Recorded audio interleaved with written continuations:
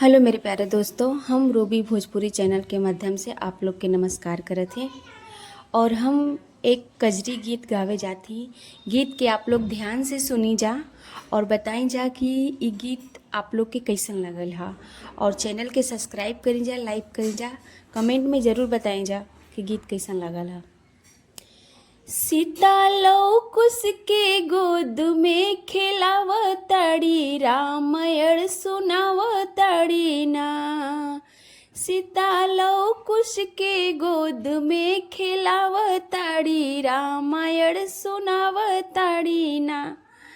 तोहर अवधपुर गाँव बाबा दशरथ जी नाम, तोहर अवधपुर गाँव बाबा के दशरथ जी नाम। दादी के कौशल्या नौआ बतावताड़ी, रामायण सुनावताड़ी ना।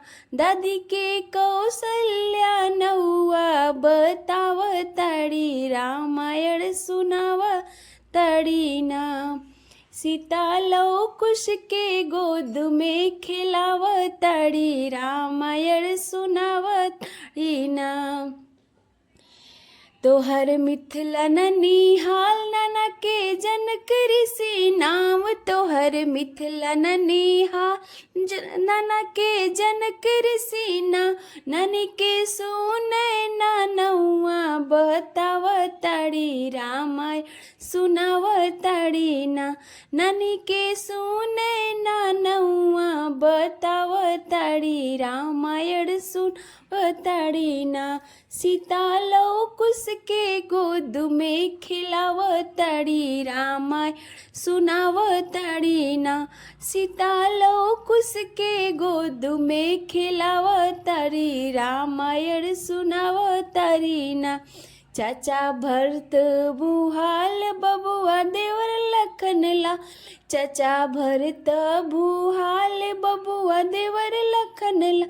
पिता के नौआ श्री राम जी बतावताड़ी, रामायण सुनावताड़ी ना। पिता के नौआ श्री राम जी बतावताड़ी, रामायण सुनावताड़ी ना। सीता लौकुश के गोद में खिलावताड़ी, रामायण सुनावताड़ी ना। सीता लौकुश के गोद में खिलावताड़ी, रामायण सुनावताड़ी ना।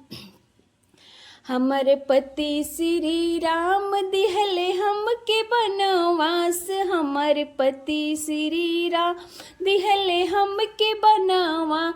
सीता रोई रोई के दुखवा बतावताड़ी, रामायण सुनावताड़ी ना।